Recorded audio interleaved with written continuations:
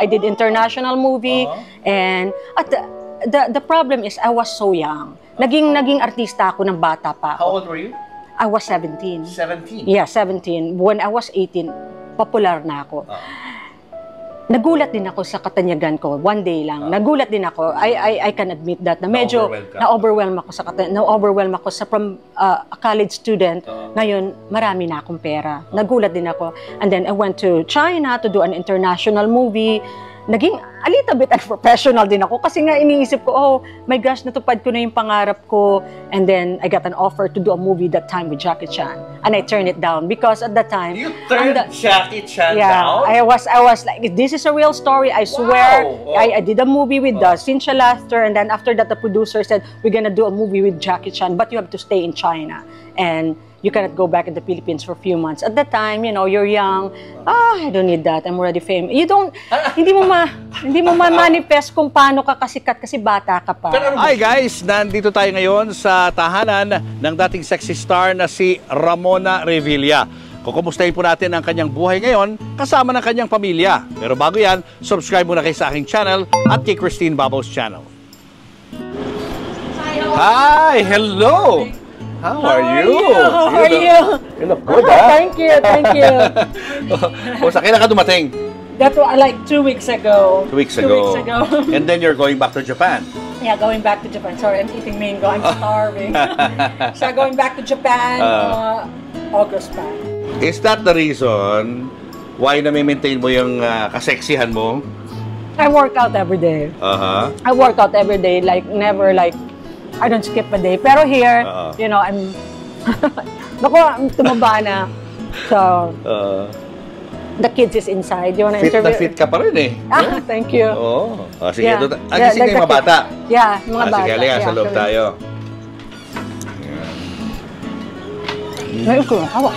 Wow, here are the kids. Hello, girls. Hi.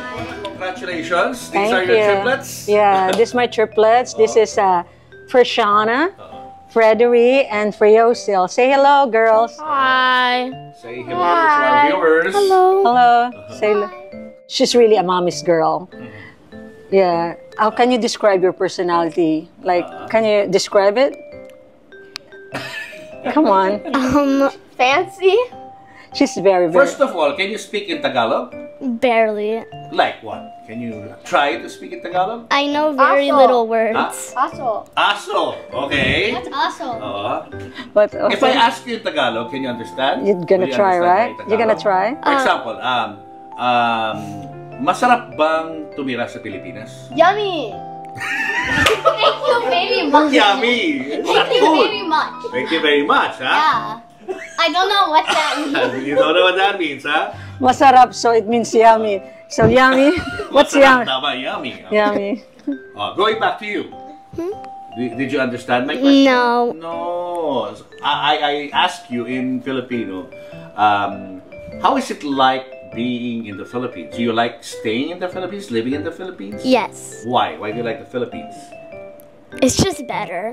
Better because? Well, Grandma's here. I have a bigger house here. I have a dog here. And I always vacation here. Okay. So you like the Philippines better than the US or Japan? Yeah, I like Philippines better. Oh, that's nice. What about you? What do you like in the Philippines? Dog. There's dogs everywhere, even in the US or in Japan. I like dog. What about the food? What kind of food do you like? Food. Sinigang, mungo, and danggit, and champorado. Danggit. Oh, and they have more ube ice cream here than they have in Japan, so I like ube too. So ano pa rin siya? Pinay pa rin. Yeah. At heart, no? Pinay. What about you? What food? Aside from champorado, what else do you like? I like panta canton. Pancit canton. Adobo. Like adobo? No, not too much. It's fine. Fine. What about lechon? Ew. We don't eat pork. We don't eat pork. No pork in the house. Yeah, we're not. Given a choice, would you want to live in the Philippines more than Japan or the US? Yes. Okay. What about you? Do you want to live in the Philippines? I want to live in the Philippines, but I don't just want to abandon my life in Japan because I have a few close friends like Hoppe. Like Hoppe and stuff. And it's because it's going to get hard for me to adjust because I already know Japan like so well. Champurrado. Champurrado. How about you, honey? I get free time to read my Wings of Fire books. In Japan, it's always What do you want to be when you grow up? a book writer, but it has to be a Wings of Fire. Nothing else. What? You can't. It has to be Wings of Fire, nothing else. What's that? That's copyright. Copyright. But like, can't do I'm gonna get the author's permission. Okay. You're gonna collab with the artist, with a book writer, something like that. I guess. What? Have you, She might be dead. You are so mean! and you want to be an actress like mom? Well, I want to be either a doctor or an actress. I'm not sure. Not sure yet. Whichever comes first. But I need to be famous. That's my #1 goal, to be famous. So I see a common denominator. Oh my here. gosh, that's why I don't want them to have an interview. A common denominator that you guys want to be famous and rich. Yes. Huh? I want dogs. Okay. You want the- Dogs come with it. Okay. With being famous. Yay. I just want to write books. You want to make. I just want to collab with Wings of Fire. Because I think I'm too crazy over it. But you also want to be famous and rich like her? No. She normally wants, like, when we outside, like, she will normally say, Mommy, look at the, like, kids, poor kids begging for money. She want to give her money away. She will always. Whenever it happens, she's like, I gave 50 pesos! I gave 50 pesos! stop No, spitting you- in my face. Say it, don't spray it. Riot. Meaning! So yeah, she will normally like say. So charitable. Yeah, that one right there. People Like, pleaser. People pleaser. She's a people pleaser. Maybe she'll be a politician one day. What's a politician? Like a mayor or a governor or a congresswoman or a thanks. senator. Happen. thanks. That No won't thanks, no happen. thanks. No. Paano mo binitbit itong tatlo? Oh my gosh. I thought I was gonna die. I was so big, like as in big. And they came out, they came out premature. Yeah, kasi hindi ko na kaya talaga. It was traumatizing carrying them. But, you know, having them now, it's like, gosh, it's a lot of work. I thought I was gonna die. That's how much. I'm so big. I was in the hospital. I can't even move anymore, my body. I was in Makati Med, and then I can't even go to the restroom anymore. That's how big I am. Like, I remember I asked my husband, hey babe, can you move me? Like, at least, you know, I want to go to the bathroom. Hindi ko na talaga kaya. Kasi it's supposed to be, check up ko lang to eh. Check up ko lang kay Doc. And then sabi ni Doc, I think lalabas na yung baby. It's like, what? Like, you have to pack. You have to call the house and you have to check in already in the hotel. I was like, and yeah, and then we stayed in Makati Med, and I was 2 days in labor. But at the same time, they injected me something to make their lungs bigger kasi hindi pa develop yung lung nila. What is 32 weeks? And the more na nagsistay sila sa tummy ko, the more na magde-develop yung lungs nila. And so the doctor said, please keep them as much as you can. Kasi I was like, yeah, I want to keep them, but at the same time, I don't know if I can still handle it. And it's traumatizing, but I have the best doctor, the best nurses. Like when I get in there, naka-ready 3 incubator. It's like a show. And So how would you describe the feeling when they came out? I was like, please, can I rest? I'm like, and my husband said, can she rest? Like, as in, na-drain talaga ako. And then, after that, 1 month pa sila sa hospital, sa Makati Med. 3 sila sa incubator na Makati Med. 3 sila for a month. So every day after I already discharged from the hospital, every day pumupunta kami ng husband ko, biyahe, every day, Makati Med, every day. So like every day is may risk talaga na pwedeng may Yeah, sila. feeding tube sila, and some people will not understand, oh, why you're so protective with your kids. Oh, sure. If you only know, like like yung binigay namin, And oh my gosh, like even the hospital itself, sabi pa nila sa amin nung everyday na nagbibisita kami, gusto nyo tanggalin na dito sa ICU kasi they feel so bad for me because yung gastos namin lahat. Malaki, syempre. Ang laki. Tapos like they're feeding tubes and everything, 3 times 3. What do you feel when your mom tells this story? I feel guilty. Why? I don't know. I could have killed her. I can't imagine growing up without a mother. I Getting feel away bad with- that I had Mama have so much pain. Oh, talagang mama's girl, no? What about the two of you? I feel no emotion. Opposite, eh, no? You have no emotion at all? I just like dogs. Okay. What about you? I don't really know. I don't know. You don't know. I just think about what if I was born as the first child or middle child, would I still have my name? Uh-huh. Would I still have this name, or would I be named Frederick? Uh-huh. I just think that.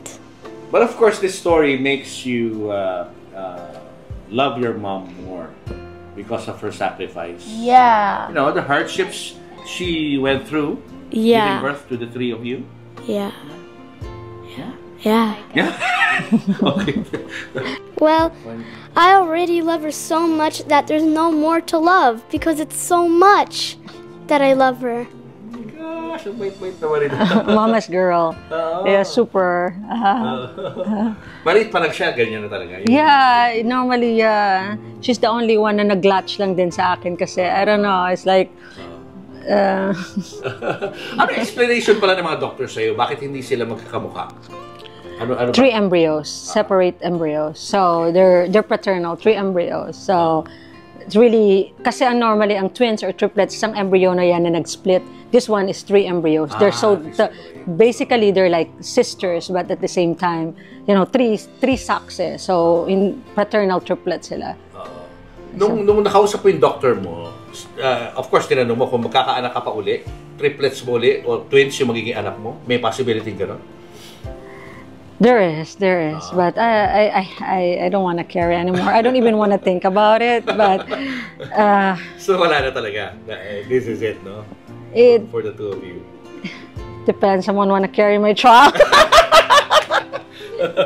No, I'm getting old, so it's like we want kids. Yeah, we want kids, but they don't want any more sisters because it's like, you know, say I'm an only child. Could you imagine that? So pagkatapos 3 agad. When people saying to me like, Ramona, paano mo kinaya? Of course, my husband is amazing. Like, siyang tumutulong sa akin sa States. And si Mami, dinala ko rin. And hands-on kami. And I have one nanny in the States to na binitbit ko. Pero, I don't know anything. Like, hindi ko na alam kung paano magkaroon ng isang anak lang. So, alam ko 3 lang talaga. So, when I see someone, a mom, complaining with only 1 child, I normally say, I can do that eyes closed. Kasi ang alam ko 3 lang eh. Kaya I don't understand kung isa lang. Yun ang una kong anak eh, 3. That's why when we're talking and like mom said, I don't have sleep. It's like, I said, eyes closed, kaya ko yan. Kasi nga, ang alam ko lang is 3. What about the challenges of raising 3 kids? Same ages. Frederick, can you put it on? Ano mga challenges ng gano'n? It's like I'm running a nursery 24/7. That's the reality. Could you imagine? Same age. So we buy toys, 3 dresses, and of course, it's not always like they're best friends. Sometimes they argue, and why you're like, most of it, Only sometimes. see? So they argue, okay, a lot. Kailangan kung anong binigay ko sa isa, ganun din sa isa. So that's, I guess, the most challenging to me. I have to be always fair to them. Like, you know, if I kiss this one goodnight, I will kiss the 3 of them goodnight. So that's, yeah, so far naman, they're still What small. about expenses? Gosh, Of raising triplets? a lot. Because I'm buying 3 at the same time. pag may una kang anak, isa, and then isa lang muna, you have a year to save for the second one or to yes. this one right here. No, wala. Isang bagsakan when they said, you're blessed. Oh my gosh, kung alam niyo. Yung diaper namin, as in bulking kami pag bumili. And the last, how many months they're in formula, the special formula, babe. Oh my gosh. And it's the expenses is a lot. That's why, Pati sa mga pag nagpa-fly kayo sa aeroplano, di ba? Tatlong upuan agad siya, no? tatlong upuan agad. And yeah, it's expensive, but I will not change a thing. Yes. Yeah. So, Kasi masaya naman kasama sila. yeah. She came out 1 minute. Siya, 1 minute siyang nauna eh. 1 minute. Ikaw, you're the panganay. Yeah, You're the panganay. ate. The first one to come out. Yeah, so nauna siya 1 minute and then after 30 seconds, this one, and then this is the last one. After, so 30 seconds yung pagitan nila. This one is 1 minute ahead. So, I said, you still Filipino, you're still, 25% Filipino pa rin kayo. So we need to call you ate. I said, sabi niya, but mommy, we're all the same age. No, but you're 1 minute older. Yeah. So we still need to follow the Filipino tradition that Pudgy's the oldest. that's the dog. No, she's her sister. You even called her sweetheart. No, Pudgy's my daughter. But she's older than you. Parang alam ko na kung sino lagi nag-ano rito, nag-argue. no? Yeah, Dalawa, no? they will argue.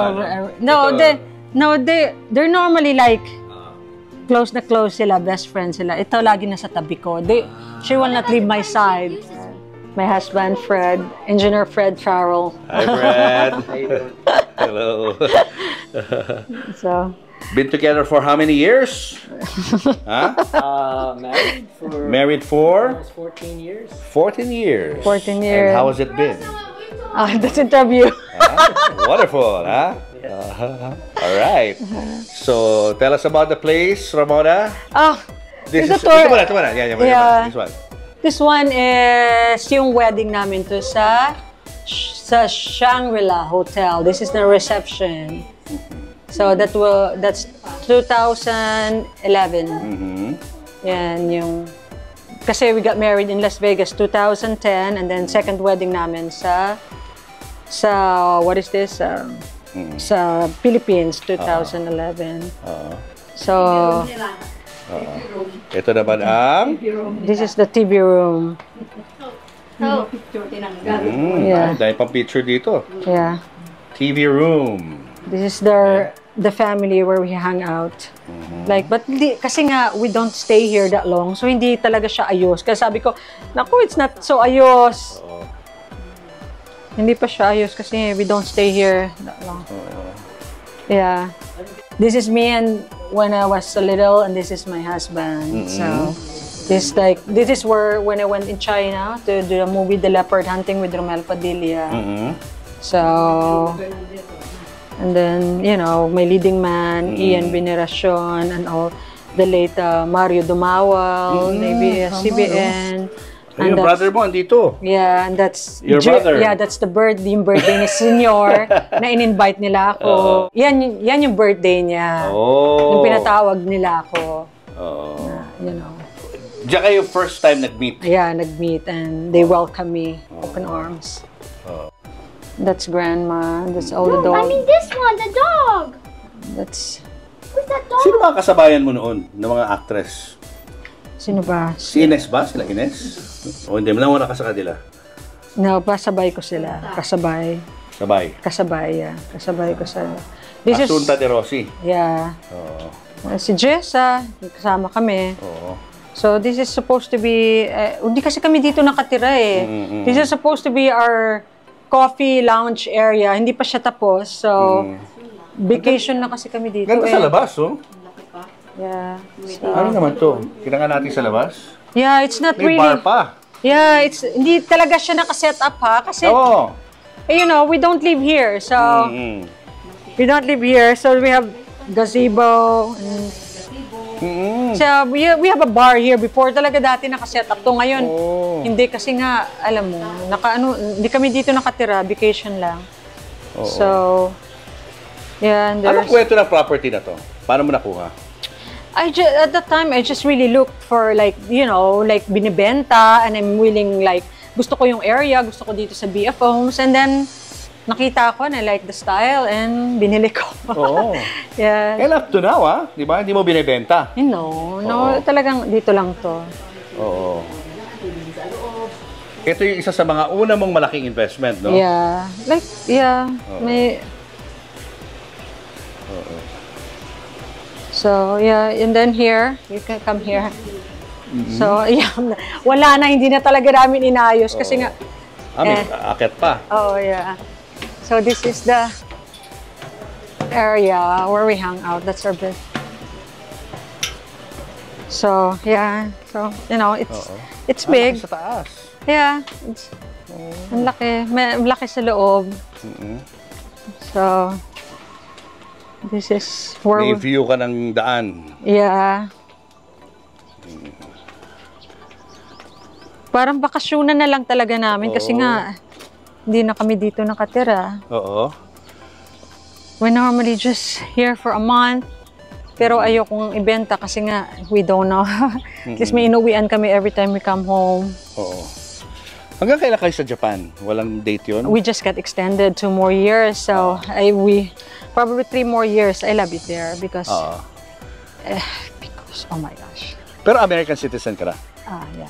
Dual ka. Filipino and American. No? Yeah. Filipino and American. I'm dual.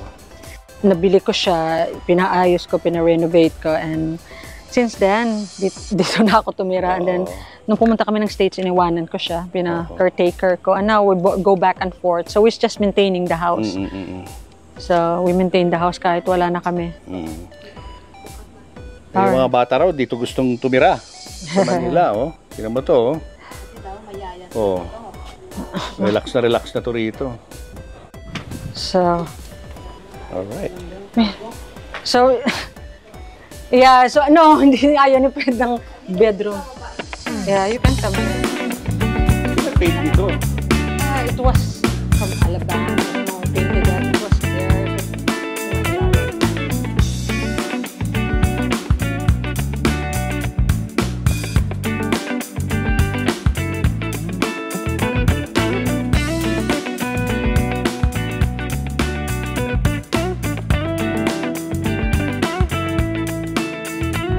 Thank you for having me in your show. And thank you for having us here sa bahay mo na napakaganda. No? Salamat. At napakaganda rin ang buhay mo. Salamat. So happy na ganyan ang nangyari. Kasi hindi naman lahat ng artista nagiging maganda ang kapalaran. But you are doing so well. Paano mo nagawa ito bilang isang dating artista? Lagi kong sinasabi, nag-ipon ako. Ang alam ko ang pag-aartista is hindi habang buhay. Kaya po nag-ipon ako. I guess, and lagi ko rin sinasabi, nakinig ako sa nanay ko. Like, because now that I'm a mom, mothers knows best. What we want for our kids is really the best. Kaya sabi ko, mothers knows best. Nag-ipon ako, hindi ako nagbisyo. Alam ko may pangarap ako. May pangarap ako sa buhay. Kaya so never ka na-introduce sa drugs, sa mga iba't ibang bisyo? Kasi showbiz, you know, malapit yan sa mga artista. I cannot say na never ako na-introduce. I was exposed. Yeah. And because I have values and I have strong faith sa Panginoon, hindi ko ginawa. Hindi mo ginawa? Yeah. Tinanggihan mo yun? Yung mga... Yeah, kasi baka, growing up kasi hindi yun ang pangarap ko. Hindi ko pangarap maging mahirap. Kasi it's hard. Life is hard. You need to be successful in life to be happy. Sabi ko nga, napaka-ipokrita mo kung sasabihin mong hindi mo kailangang magkaroon sa buhay para sumaya. Kailangan mo ng stability sa buhay para sumaya. Because kung wala ka, ang hirap ng buhay. So, ibig mo sabihin, minanifest mo talaga? Yeah, like minanifest ko talaga. Dapat maging maganda ang buhay ko barang araw. Hindi ako dapat madiskarel. Yeah. Like, I guess, nung bata pa ako, sinabi ko talaga sa sarili ko, I wanna be successful. I wanna be, walang naniniwala nung maliit pa ako, growing up in Romblon and growing up in the province. Sabi ko, mag-aartista ako. And they're like, mag-aartista ka, wala ka namang connection. And hindi ako nag-give up. Hindi ako nag-give up sa pangarap ko at nangyari. Oo. Teka muna, bago natin ituloy yung kwento ng buhay mo, ano bang tunay mong pangalan? Mosil Insafian. But now Mosil Insafian Farrell. So, it doesn't sound regular, no? I'm half Persian, half Filipino. Okay. So, yan yung real name ko. Kaya, growing up in Romblon, alam kong iba yung mukha ko. So, yun ang ginagamit mong name nung nasa Romblon ka pa? Yeah, and then nung nag-college ako, they call me Miss Insafian. So, yeah. So, foreign name. Yeah. Paano naging Ramona Revilla? It was Direct Gia Samonte. Nung sumali ako sa Calendar Girl sa ABS-CBN, doon nagsimula ang lahat. Nung nanalo ako sa contest, and naranasan kong maging extra, naranasan kong naging doon sa ilalim, and all I want is to be an actress. All I want is to be successful. Minanifest ko talaga yun sa buhay ko. So, but I have no choice. I need to go to college because I don't know if I'm gonna be an actress. You know, hindi mo alam yung buhay. But I need a backup plan. So, I said, kung hindi man ako maging artista, at least maging professional ako. So, I went to college. But at the same time, lahat ng show sa ABS-CBN, sa GMA, ko ano man yung, okay, beauty contest, lahat ng beauty contest, sasalihan ko yan. Because, the thing is, I said, magka-college ako, magiging successful ako, or hindi man ganun ka-successful, at least I have stability. But, pero pag nag-artista ako, alam kong mas more than ang makukuha ko. And then, sumali ako sa Calendar Girl ng ABS-CBN, nanalo ako, may nakakitang manager. At the time, may isang producer na, they want a certain look, they want mestiza look. And then, when I went in there, they opened the door and said, oh, ito na ang gagawin kong artista, ito na magiging bida. Sino yun? Sino yung tao nakadiscover? It's a Cara Films by Direct Mauro Gia Samonte. Nung nakita ko ni Direct I said, kaso tisay na tisay ka, hindi pwede yung ganyang look para masa ang magiging movie natin. And the name? The name said Ramona Revilla. Yun ang magiging... Paano nangyari yun? Paano mo napili yung pangalan ni Senator Ramon Revilla? I have no choice. I have no choice. Yun ang binigay ng director ko. Binigay niya? Yeah, binigay niya, and then nagtiwala ako, sabi ko, kayo ang director, kayo ang sikat, so I guess the best yung para sa akin. And look, then after that, nagsunuran na lang, lahat ng Sexy Star, nag-iba na, but the original is, I give the credit to Mauro Gia Samonte. May kasabay ka rin ba na kapangalan din ng artista? Maraming silang nagsunuran. Sinunod? Yeah, sinunod sa mga sikat na. Mga sikat, yeah. Marami silang nagsunuran, but I will give that credit to Direct Mauro Gia Samonte, and kasi sabi nga niya, masyadong tisay yung pangalan mo, masyadong foreign name, so kailangan natin maging masa. And they package me na masa, dinark nila yung hair ko, parang, you know, they know what they're doing. So, nagtiwala ako sa kanila, and it came out, it was a success. Nag-react ba ang Revilla family? Oo, nag-react sila. And actually, pinatawag ako ni Senator, the late Senator, like the senior, and pumunta pa ako sa birthday niya. And then, sabi niya, remember Giovanni Calvo?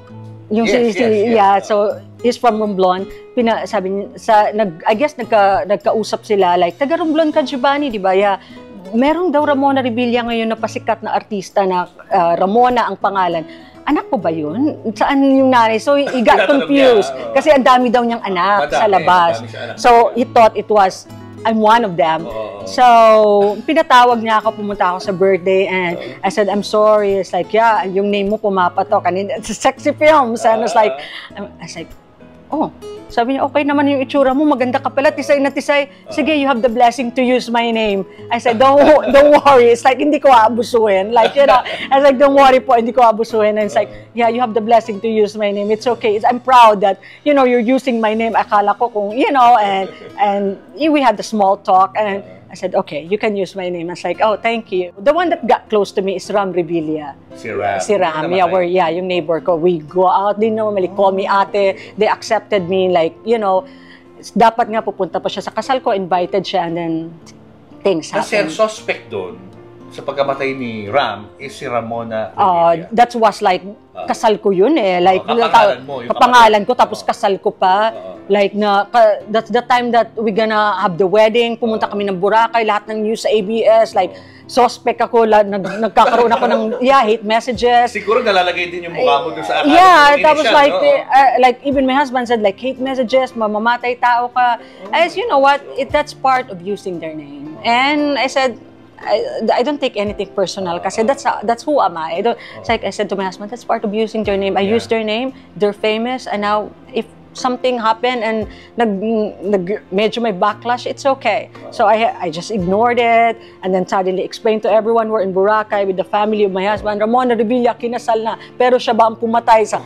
Oh my gosh, like we're in the news in Boracay, like, nung nagugulat yung mga, like, normally, like, you know, pag may nakakilala sa akin sa Japan, it's like, Ramona Revilla, pag sinurse nila, mamamatay tao daw ako. Oh my gosh, no, I'm not that one. Hindi nga ako makapatay ng langaw.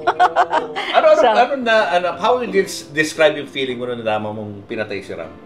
Oh, wow, it's so sad. Like, yeah, it's so sad because pumunta ako sa bahay niya, binigay ko yung invitation, and tinanong pa niya ako, ate, anong isusuot ko, barong ba or mag-Amerikana ako? And then nangyari. It was devastating because siya yung pinaka-close sa akin na naging close kami, lumalabas kami, munsan, bago ko nakilala yung husband ko, nagbabar kami, you know, we drink out.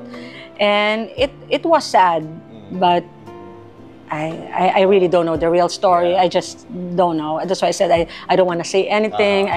I'm not the insider, whatever happens to that. It's sad and devastating, and I feel so bad. Anong unang-una mong movie na ginawa? Unang-una kong pelikula is with Direk Mauro Guiasamonte, May Gatas Pa sa Labi. With Tonton Gutierrez, Ray PJ Abellana. Yeah, yun sexy yung, to? Sexy, yeah, sexy talaga to. Sexy to, pero ako yung naging sexy star na may limitation. Alam ni Direk yan, love ni Direk Mauro Guiasamonte yan, inis na inis siya sa akin. Kasi at the same time, nag-aaral ako noon second year college ako noon sa Lyceum. I was thinking pag nag-super give up ako ng todo-todo, baka ma-kick out ako sa Lyceum. So, hindi ko binigay talaga lahat ng super, I never did like frontal nudity na doon, wala akong ginawang ganon. So, ako yung sexy star na binigyan ko ng limitation. At the same time, hindi rin ako nag-regrets na, you know, nagpa-sexy ako, no? Like some people like, oh, no, not me. Yeah, not me. Kasi nung nag-artista ko, ayaw ng mami ko. Sabi ng mami ko, mag-artista ka, magpapasexy ka. And I explained to her, Mommy, this is just a stepping stone. Sabi ko, stepping stone ko lang to. Pag kumita na ako, wag marami na akong pera, pag nabigyan kita ng magandang buhay, pag nagda-travel na tayo sa all over the world, kung kaya na natin ako mismo ang magsasabing hindi na ako mag-artista. Ang nangyari yon, and I stopped. Hindi na ako tumanggap talaga. Nung binigay sa akin yung last movie, nag-stop na ako. Pero doon sa first movie mo na yun, sumikat ka agad? Pumutok agad yung Pumutok agad. Pumutok talaga agad. I was like, naglalakad ako sa mall, kilala na ako ng tao. Talagang may sinasabay sa aking sexy star no na another movie, nagpa-flop sila, ako yung tinatangkilik. Kasi nga, uso yung mistisa at that time. Uso yung sexy movie, but at the same time, tinangkilik yung pelikula ko. And I'm thankful. Yung naging okay yung packaging. So, saka ito na yung first step mo dun sa dream mo. Yeah. Di ba, you dreamt of becoming an actress? Yeah. What happened? Yeah, normally, bata pa lang ako, nagsasayaw na ako in front of the mirror. I manifest na balang araw magiging artista din ako. I guess like, when I was in elementary, may mga artistang pumunta sa Romblon, pinanood ko sila, and then people are naghihiyawan. Sabi ko, wow, ang sarap siguro ng feeling ng gano'n. Naghihiyaw sila at the same time, punong-puno yung bulsa mo ng pera. You know, I was dreaming. Dreamim ko siya. Hindi nila sukat akalain na yung dream na yun matutupad. Dreamim ko siya. And then, one day na lang nagising ako, wow, nandun na ako sa posisyon na yun. Nagsishow na ako sa probinsya. Tinitilian na ako. Kumikita na ako. Kaya lagi ko sinasabi sa mga anak ko, when they're in doubt, when my husband is in doubt, sabi ko, whatever you put in your mind, mangyayari yan. Just work hard for it. Mangyayari kasi minamanifest mo. Right. Pag hindi nangyari yun, maybe you didn't dream enough. Maybe hindi mo minanifest ng todo. Manifest mo lang ng todo, mangyayari yan. Ako paniniwala kasi nangyari sa akin. Yes. Hindi ko alam sa iba. Pero sabi ko nga, kung hindi pa nangyayari, pero kulang pa siguro yung dream mo, dagdagan mo pa. Yan. So dagdag ka lang ng dagdag. Dagdag lang ako ng dagdag. So ano mga nangyari sa'yo after that first movie? After the first movie, next movie, second movie, offer abroad, shows abroad, and yeah, even offered. I went to China. I went to China to do what? To leopard hunting with Cynthia Laster. I did international movie, and at the problem is I was so young. Naging artista ako ng bata pa ako. How old were you? I was 17. 17? Yeah, 17. When I was 18, popular na ako. Nagulat din ako sa katanyagan ko, one day lang. Nagulat din ako. I can admit that na medyo na-overwhelm ako from a college student. Ngayon, marami na akong pera. Nagulat din ako. And then I went to China to do an international movie. Naging a little bit unprofessional din ako kasi nga iniisip ko, oh my gosh, natupad ko na yung pangarap ko. And then I got an offer to do a movie that time with Jackie Chan. And I turned it down because at that time... You turned Jackie Chan down? I was like, this is a real story, I swear. Wow. I did a movie with Cynthia Laughter, and then after that the producer said, we're gonna do a movie with Jackie Chan, but you have to stay in China. And you cannot go back in the Philippines for a few months. At that time, you know, you're young. I don't need that. I'm already famous. You don't, hindi mo ma-manifest kung paano ka kasikat kasi bata ka pa. Pero ano movie yun? Ano tungkol saan yun? I didn't even understand. I didn't even like entertain. Kung may kinuha ba Pilipina? Hindi ko na in-entertain kasi nagustuhan ako ng producer. 1 month ako sa China, nag-shooting kami, and all Chinese actors, and you never got to meet him? No, never had a chance, but it's okay. You know, look at, kung ginawa ko rin siguro tuloy-tuloy ako, wala rin akong ganitong family. Mag-iiba rin yung... Mag-iiba rin yung, like everything na nangyari sa buhay mo is plan ni God yan. Yun dapat talaga siguro mangyari sa akin, and no regrets. It's fine. Kailan mo na-decide na parang it's time to retire from showbiz? When, kasi nangyari ito, ang dami ng offer sa akin. We don't normally, wala na akong tulog eh. I'm still doing the another movies, may isa na namang offer. So, sunod-sunod. Ang sabi naman nila sa akin, sige lang habang gusto ka pa ng tao kasi eventually, ayaw na sa'yo ng tao. So, nung nangyari na binigyan ako ng magandang break, malaking pelikula to, and I don't want to mention the name because the actress that did the movie is still around. And so, for a respect, and I said, anong ipapakita dito? What's the limit? I said, we're gonna do a frontal nudity. I was like, I said, no, I cannot do this. I told my mom, I'm done. I think we have enough savings. I'm okay. And nag-show na ako sa abroad. I guess I'm gonna concentrate more sa shows, sa pera na naipon natin, and then magbibitaw na ata ako sa showbiz. And I said, no, I cannot do that anymore. Kung puro pa rin sexy, it's okay. I'm okay now. That's what I said. Binitawan ko. Na ginawa mo? All in all? I had, I guess, 16 movies total. 16. Paano mo sinesave yung money mo? Paano ko sinesave yung money ko? Halimbawa lang, kumita ako ngayon sa show ng 100,000 peso. Automatic 80,000 na sa bank yan. Hindi ko yung ginagastos. Yung 20,000, yun yung pagkakasyahin namin ng mami ko. And again, I'm very proud to say, nung tumungtong ako ng 80, naging millionaire ako. Kasi nga, yun ang target ko na inano ko sa buhay ko. Saving. And I said, and sinasabi ko yun sa mga half-brother ko, sabi ko sa kanila, alam mo ba, nung 18 ako, I'm so proud kasi narating ko eh. Naging marami akong narating sa buhay. And yun ang ginagawa ko, sinisave ko, iniipon ko siya, hindi ko siya winawaldas. Kasi nakikita ko yung mga artista, parang wala na talagang bukas pag nag-spend ng pera. Parang they don't think about tomorrow. Now, ipon talaga. Ipon. Tapos kailan mo binili yung bahay mo? 2008, wala na ako sa artista noon. Wala na. Pero nagpo-produce na ako ng mga shows, nag-produce ko na yung dito sa Makati, nagpo-produce ako ng mga shows. So yun na naging takbo ng career mo. After retiring from being an actress, nagpo-produce ka na ng mga shows. Okay. Yeah. Ano mga shows yung pinroduce mo?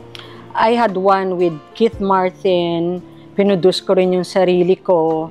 And then, normally, I travel in the States, like lahat ng shows, sa Guam, sa US, and then Japan.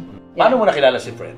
Dito na, so okay na yung buhay ko, wala na ako sa showbiz, I go out, I normally enjoy my life, binili ko na yung bahay, bumili ako ng magandang sasakyan, I was successful, I was so happy, I was single, I'm now like, I don't want to get married anymore, this is a good life, this is what I dream of. Nabigyan ko na yung mami ko ng, we travel, we can do whatever we want, and then nag-travel ako sa States. Sabi ko, parang naboboard ako sa Pilipinas ngayon. I wanna go to the States. That's 2008, right? Early 2008. So, parang naboboard ako. So, I went in the States. He's the co-workers of my uncles, and we got introduced, and inintroduce kami.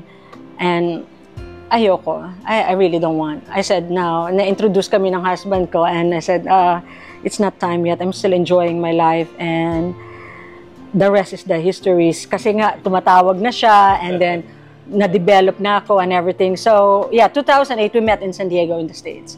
During my peak ng buhay ko, parang I can do whatever I want. Ano nagustuhan mo kay Fred? Aside from he's very, very handsome, he is smart too. Nah. Fred, why did you join us here? Ayaw din. So he's like, he's very, very smart. He's very intellectual.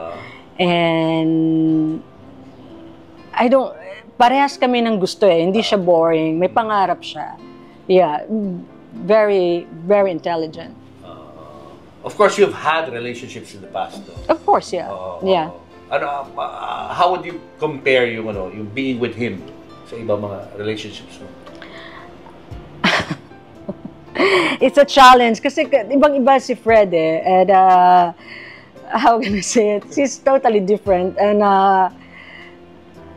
Fred is more real. Hindi fake. If he will tell you he loves you, he really loves you. Hindi more like, this is, iba kasi yung dating relationship ko eh. Kasi dati yung, they will give what I want, the material things, because alam nila kung sino ako. Fred is more like, in-depth, mas malalim. Mas malalim yung, and he works so hard to earn kung anong meron siya. Yung mga past relationship ko kasi iba yung buhay nila. Filipino, businessman, So si Fred, kung anong binibigay niya sa akin, talagang pinaghihirapan niya. Yeah, so, and attraction probably. So, Fred is a... Paano kanya niligawan? Paano ba ako? Dapat si Fred nag-explain nito. Mas magaling siya sa... How you courted me. You wanna do some interview here? You better. Help her out. We met 2008. And sabi niya sa akin, love at first sight daw siya sa akin. Wow. Di ba? Ang ganda pa. Love at first sight. So we met 2008 and he asked me to go out for a date. And wala sa akin. At the time, hindi pa ako ready. Ayoko pa mag-asawa. I'm still enjoying my life.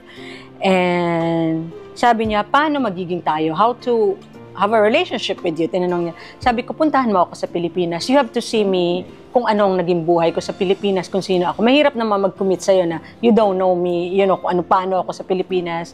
And then, after that, nung niligawan niya ako, I went sa States.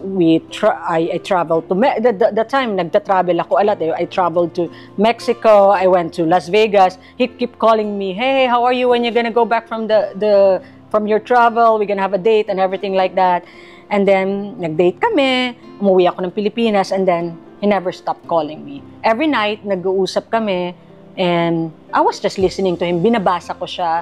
Sabi ko, worth ba to para tama na ba na para maging kami? And then my mom said, "Oh, you're getting old. Hindi ka pa ba mag-aasawa?" I was like, "Mom, not Fred. I don't want, And then mommy ko, "Okay na yan. It's professional, guwapo, mabait, walang sabit, single. Kanino mo gusto? Si super, ganyan-ganyan." And then every night na nag-uusap kami, he's very intellectual, and I like that he has a big dreams. Talagang hindi rin siya kontento na kung anong meron siya. And sabi ko, and then na-develop, and then pumunta siya rito, sinundan niya ako. Ayun, pumunta rin pala na pumunta dito sa Pilipinas, sinundan niya ako, pinakita ko sa kanya yung buong buhay ko, pinakita ko sa kanya kung anong meron ako, and from then on, naging kami, and after a year, nag-engage kami, and then after another year, we got married. Obviously, you're well off now. Paano nyo minamanage yung finances nyo ng husband mo? Ngayong mag-asawa na kayo, may pamilya na kayo? Paano ba? Normal, my husband knows I save a lot. Until now, it's like, that's why he always said, pag nasa iyo na yung pera, hindi mo napapakawalan. Sa bangko na, hindi ko na ba. Up to now, he will always say, all you do is just save and save. Like before, I enjoyed my life too. Like, bili lang ng bili nung naging successful na ako. Ngayon, I save a lot too for my kids. Kasi ayoko ng, though stable naman yung husband ko, kasi nga, sa US Department of Defense siya, stable naman siya. May stability kami. Pero, nasanay kasi ako mag-ipon eh. So, ipon pa rin ako ng ipon, and may negosyo ako. But, I have a business. Maganda naman ang business mo. Magandang, Yeah. You're not the type na mag-shopping lagi, yung splurge sa mga gamit. I do. Paano mo na-reconcile yung saving at spending? Paano yun? May kinikita na kasi. We have, may kinikita na. Kaya nga sabi ko, saka na yung Sa kanya yung splurging pag marami na. Paipunin mo muna, palaguin mo muna. May kinikita na, kaya nakakapag-splurge na. Ayun. So, yeah, I do. Like, that's why he's laughing right now. Yeah, I do. Yeah, I will buy a bag that's out of this, and yeah, I do. But at the same time, pinaghirapan ko naman naghihirap naman ako so I deserve it. And besides, I have 3 girls na pag bumibili ako ng mga, sabi ng husband ko, ba't ka bumibili? I have 3 girls. I have some, papass on ko sa kanila pag lumaki na. Palusot ng mga, mga namimili na mga ganyan. Yeah. So you like collecting bags? You like buying bags, no? I do. Bags, shoes, clothes, and everything. What's your most expensive bag? I guess my Birkin and my Kelly.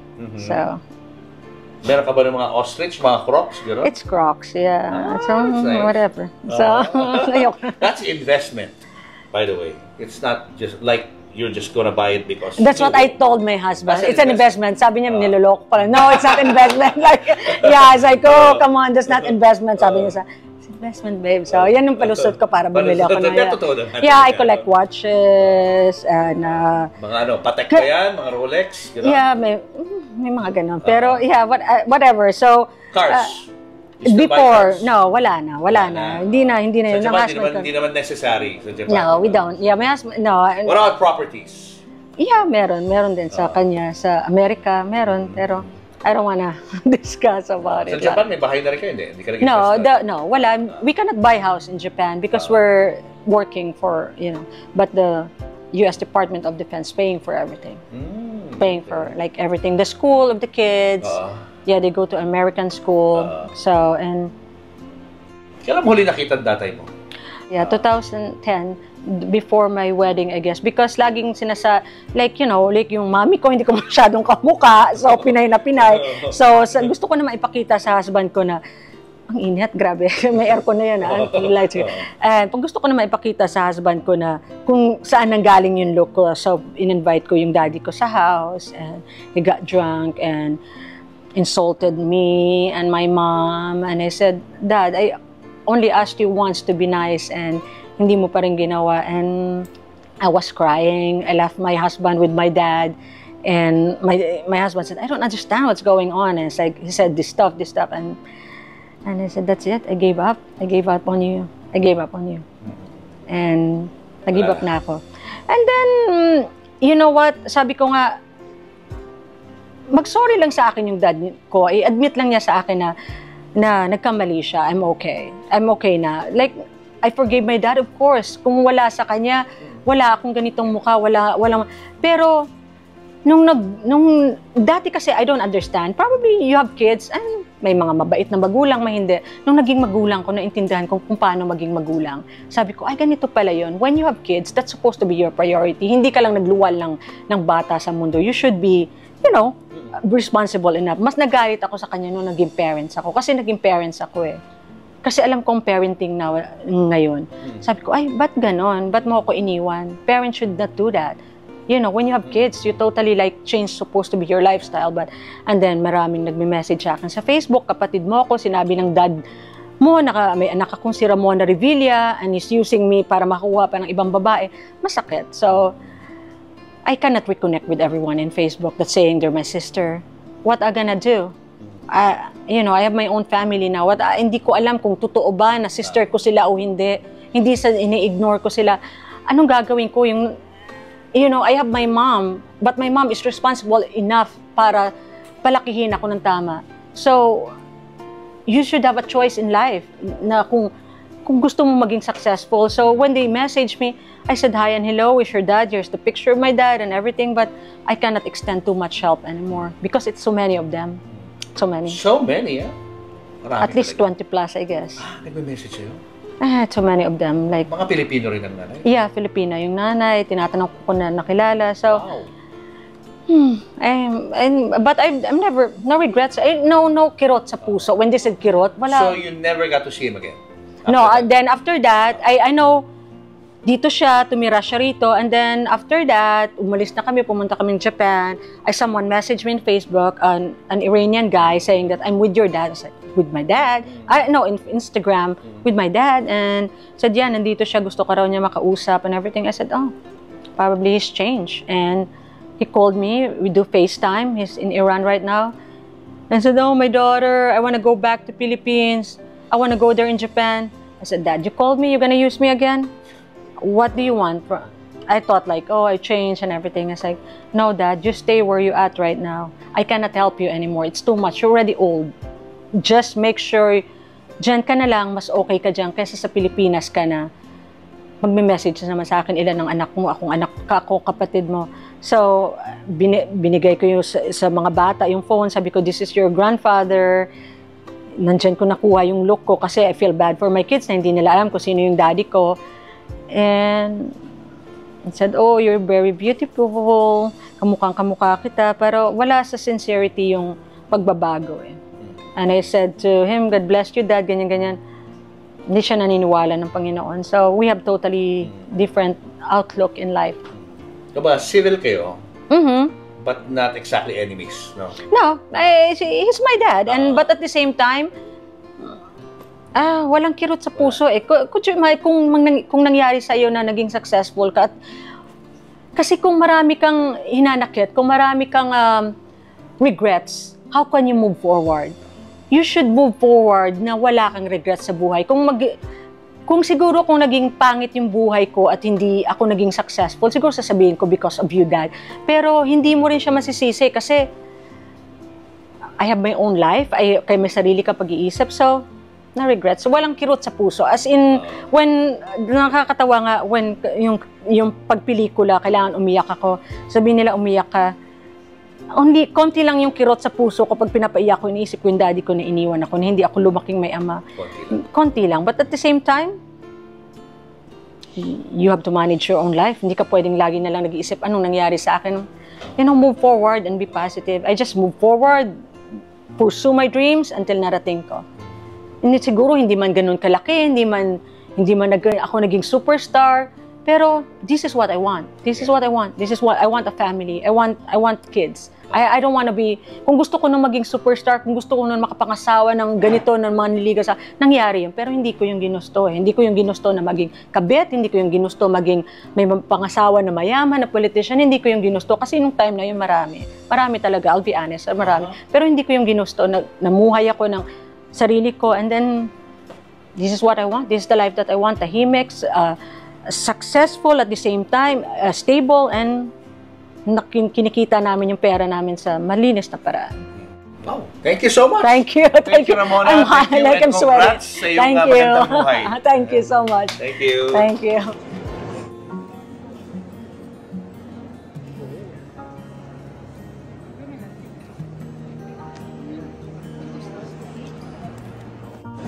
Okay, en grande. Chard, bakit walang mga upuan sa loob mismo ng pinaka-basilika? Tama ba, basilika? Kasi nagkaroon siguro ng mass or anything si Pope, kaya ang mga tao pinapatayo lang sa sobrang dami.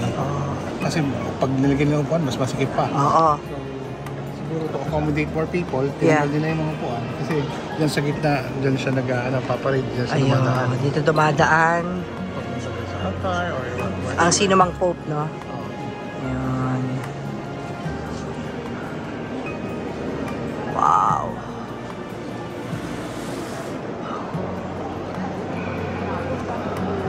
Amazing. Pilgrims na kasama ko dyan, tinatago nila sa tuktok. Ano niya? Malayo yun, yung Manapero. Malayo.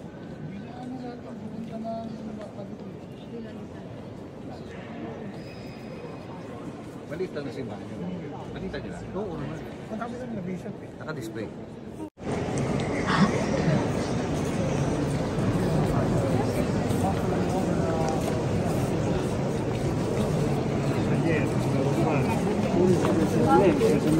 Melo.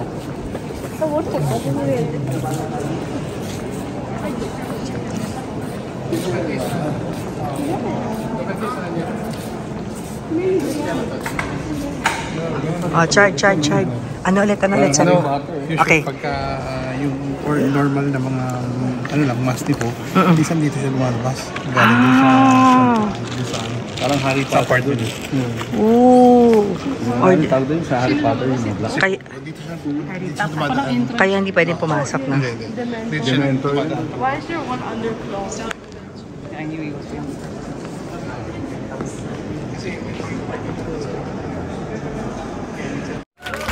Hello po, ako po si Papo Julius. At ako naman po si Mamu Tintin. Manood po kayo ng aming TV show, ang Julius at Tintin para sa pamilyang Pilipino. Sa Signal TV, 1PH channel with live streaming sa 1PH Facebook and YouTube pages. At sa Julius and Tintin Show Facebook page. Mag-follow and subscribe na rin sa amin at manood. Pati na rin sa Julius and Christine, the YouTube channel. Suportahan po natin ang programa namin na may layuning tumulong sa pamilyang Pilipino. Ito po ang Julius and Tintin para sa pamilyang Pilipino. Julius and Tintin para sa pamilyang Pilipino would like to thank the following. Pure Gold. Sa Pure Gold, always panalo. David Salon. Whoever you are, whatever you do, David Salon brings out the best in you. Raja Travel Corporation, with you on your journey. Baby Co Wipes. Bida si baby sa alagang Baby Co Wipes. Cupid's Cologne Love Mist. To order, message tonybbabaw@gmail.com. Enagic from Japan, Kangen Water Machine. Goldmine Rice. From farm to market. Be a rice distributor to wholesalers, retailers, and consumers. Open for franchise.